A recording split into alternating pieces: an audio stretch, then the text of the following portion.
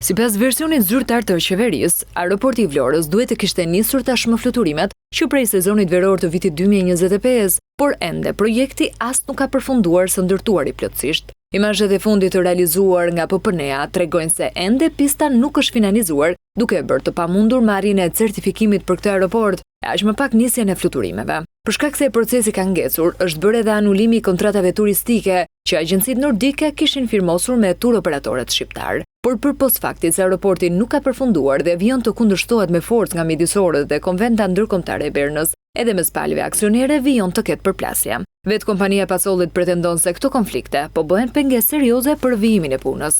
Mosmarrveshjes mes Mapco Construction të Bexhet Pacolli dhe 2A Group të Valon Ademit po shndërron në një pengesë serioze që rrezikon të vonojë hapjen dhe funksionalizimin e aeroportit të Vlorës, duke dëmtuar interesin publik dhe zhvillimin ekonomik të vendit. Është e domosdoshme që palët të arrijë një marrëveshje të menjëhershme, në mënyrë që kjo vepër madhore të vihet pavonesë në funksion, duke i shërbyer qytetarëve dhe turizmit, si dhe duke nxitur drejt për drejt zhvillimin ekonomik të vendit përmes operacionalizimit të aeroportit të Vlorës.